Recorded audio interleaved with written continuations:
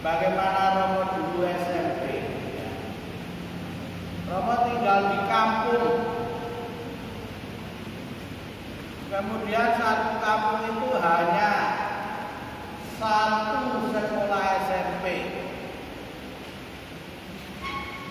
Ya, itu swasta.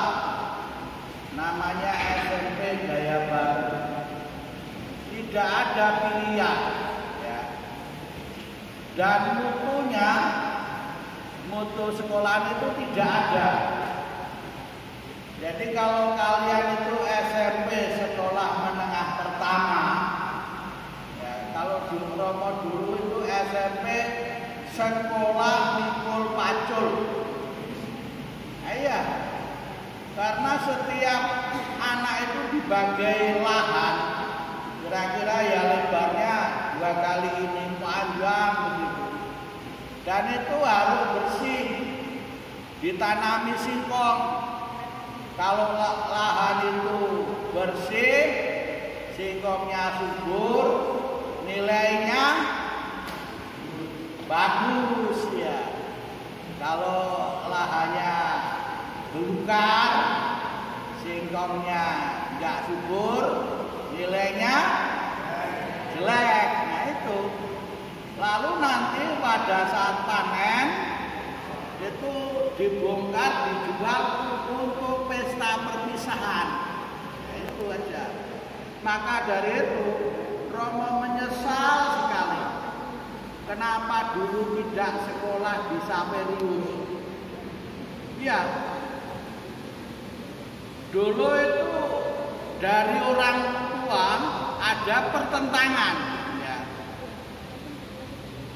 Simbok saya, begitu saya manggil ibu, menentang bapak saya.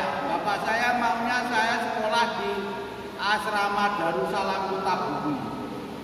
Waduh, kalau seandainya itu saya sekolah di SMP Saperius Darussalam Kutabumi, saya pasti saat itu saya tidak menderita di seminari.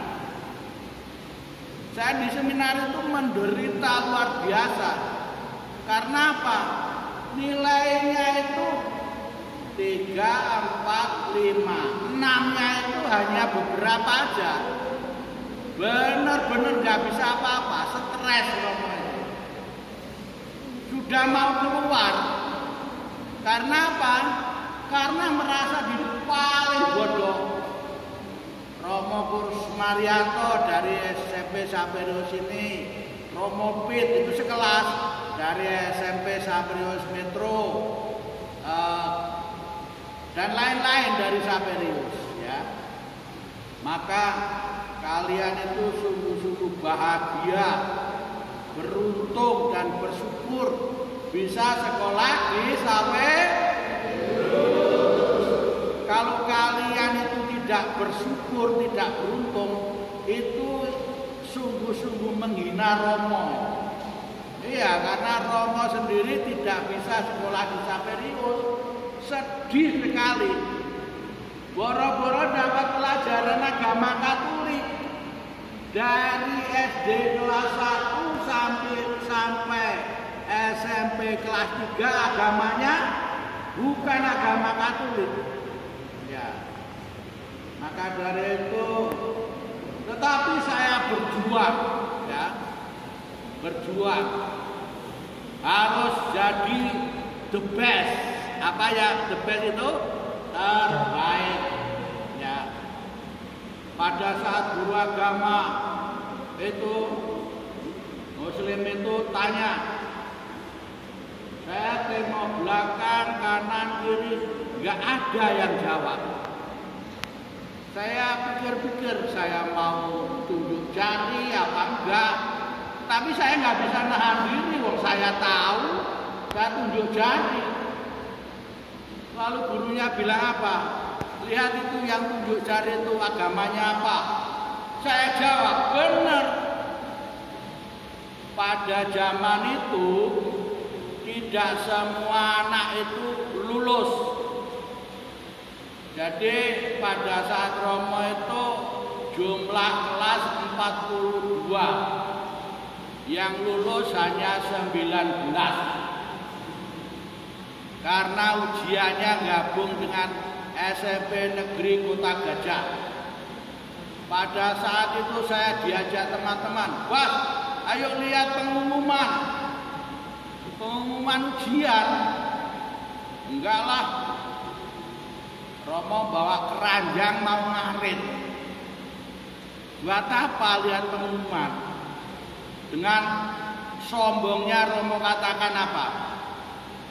Nek aku ra lulus ki sing arep lulus sapa? Iya, karena merasa diri paling pintar di SMP itu. Begitu di seminari merasa paling bodoh, maka terjun bebas. Betul. Untung itu. Ini mungkin penyelenggaraan Tuhan, ya. Pada saat kelas 1 seminari di gramatika itu ada perubahan kebijakan dari Menteri P dan K, Pendidikan dan Kebudayaan saat itu. Pada masuk tahun ajaran baru itu sebelumnya Januari, tamat Desember. Begitu saya di seminari menengah itu diubah, tidak Desember kenaikan kelasnya atau ujiannya menjadi Juni. Wah, saya dapat tambahan setengah tahun. Setengah tahun itulah Romo genjot untuk belajar sekencang-kencangnya. Sampai-sampai Romo itu sering melanggar peraturan bukan karena melakukan yang jelek, tapi melakukan yang baik. Belajar itu baik. Harusnya istirahat, masih belajar terus. Ya. Harusnya tidur belajar. Karena Romo pendapat begini, kalau teman-teman saya belajar setengah jam, saya harus 1 jam. Kalau enggak bisa ngejar ketertinggalan. Lalu pada pertengahan tahun 1979, kalian belum lahir ya, Romo itu kenaikan kelas. Saya sudah siap kalau nggak naik kelas, kalau dipulangkan. Tapi Romo dipanggil, "Bas, kalau nanti kelas 2 nggak bisa rata-rata 6,5, Basuki harus pulang." "Siap Pak." Wah, berarti saya naik. Entah dikatrol, entah dinaikkan atau enggak, yang penting naik. Wah, akhirnya saya genjot di kelas 2 itu lalu bisa lebih dari 6,5. Luar biasa itu perjuangan itu. Ya. Nah, anak-anak yang terkasih, tadi di dalam bacaan itu Tuhan menghendaki supaya umat Babel itu bertobat. Umat Babel itu umat yang bebal. Tahu bebal? Bebal itu dinasihati nggak mau nurut, diomongi nggak dengarkan, ya. Dablek. Tahu dablek? Dari kalian ada yang dablek nggak? Ya, jangan sampai. Nah, Romo itu paling nurut di seminari. Takut kalau dikeluarkan. Tapi ada juga yang bebal, yang gablek, sembrono. Ya. Kalau saya hati-hati jangan sampai dikeluarkan. Tapi teman-teman yang lain itu yang tidak ada masalah soal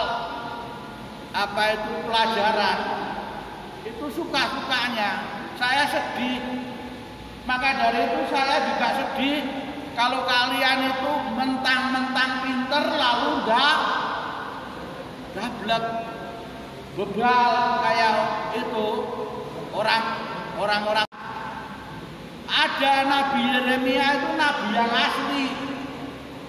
Ada lagi nabi yang palsu tadi, yang menghasut umat ya untuk berbuat jahat, hananya, itu menghasut temannya untuk berbuat jahat. Jadi kita harus mengikuti yang baik, yang menurut ajaran Nabi. Kita punya bapak ibu guru yang baik, yang membimbing kalian, bapak ibu guru yang asli.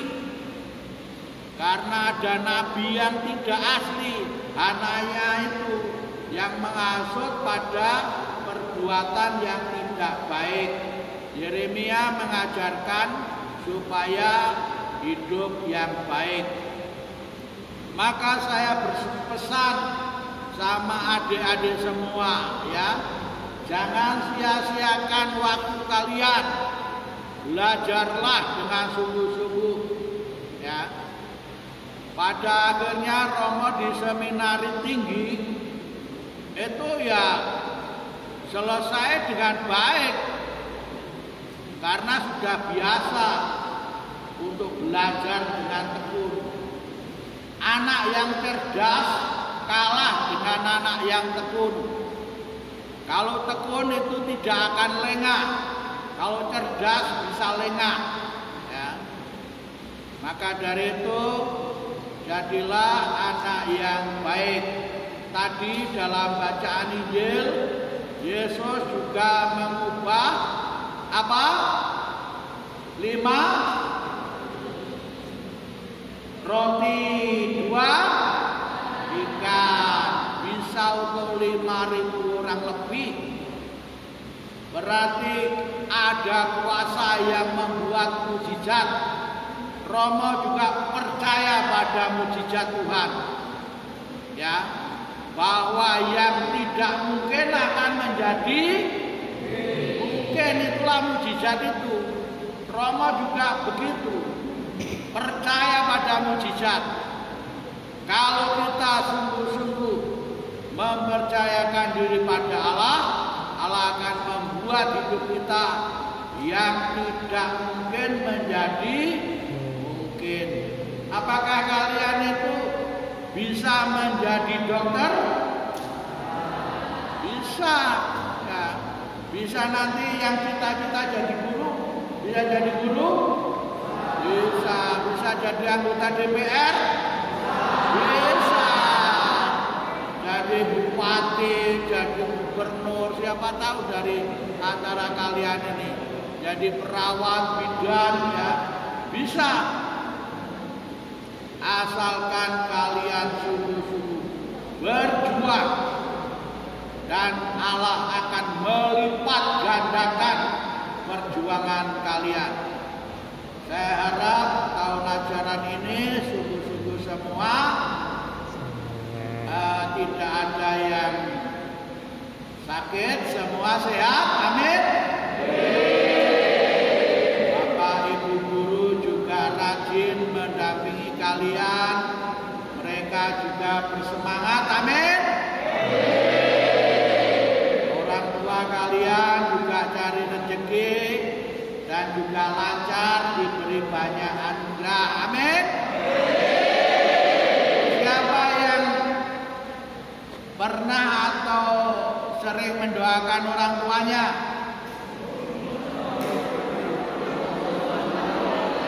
Kalau sering mendoakan orang tuanya, Romo tanya ya, kalau dari puji syukur nomor berapa?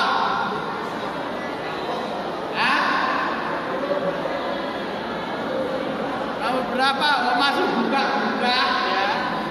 Nomor 160 itu supaya sering didoakan untuk mendoakan orang tua kalian. Ya, semoga tahun ajaran ini bisa berlangsung dengan baik ya. Yang kita bodoh atau pintar, tidak ada yang bodoh, nggak ada yang bodoh.